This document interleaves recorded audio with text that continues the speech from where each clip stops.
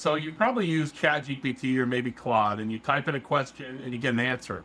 And it's really useful, right? But here's the thing. That's not an agent, that's a chat box.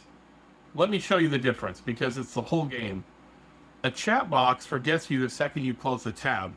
Every conversation starts from zero. It's like having a brilliant friend with no memory. You re-explain your life every single time. An agent is different.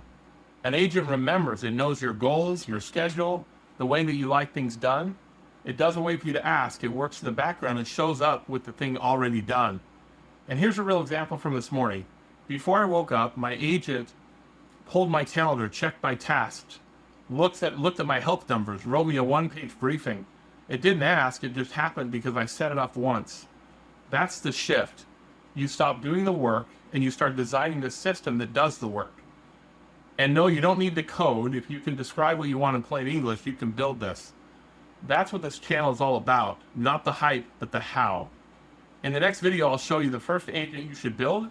And it takes minutes and will save you hours. The best part is it will magnify your time and effort. Let's get to work.